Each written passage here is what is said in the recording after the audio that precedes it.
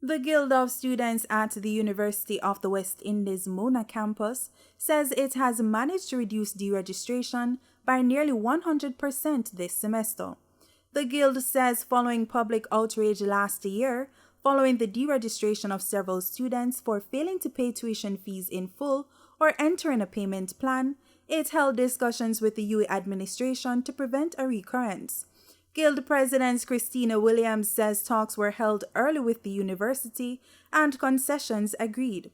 So, of course, we did our educational campaign where we went around and we spoke to students and explained to them the importance of them, finalizing their financial arrears with the university within the deadline stipulated. And for those who would have issues, which is expected because students tend to have issues with tuition, that they would come forward early. And most students would have done that, as well as the concessions we got from the university, where students who paid their miscellaneous in full and all students who owed less than 90% would be removed from the deregistration list.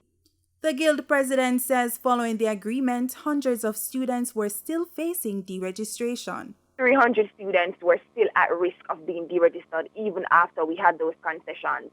And so the Guild Council would have took it upon ourselves, to communicate every single student on that list. Tell them you need to come forward now to prevent deregistration. And I think that was really the nail in the coffin because we were able to communicate to these students in a very personalized way. And these students, I guess, felt emboldened by this assistance.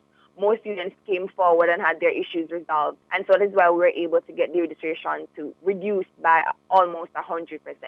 The issue of students at the Mona campus facing deregistration because of inability to pay their tuition fees has been a yearly discussion. In the last 2 years, the Ministry of Education has stepped in to provide more assistance. Peter Charlton, Frontline News.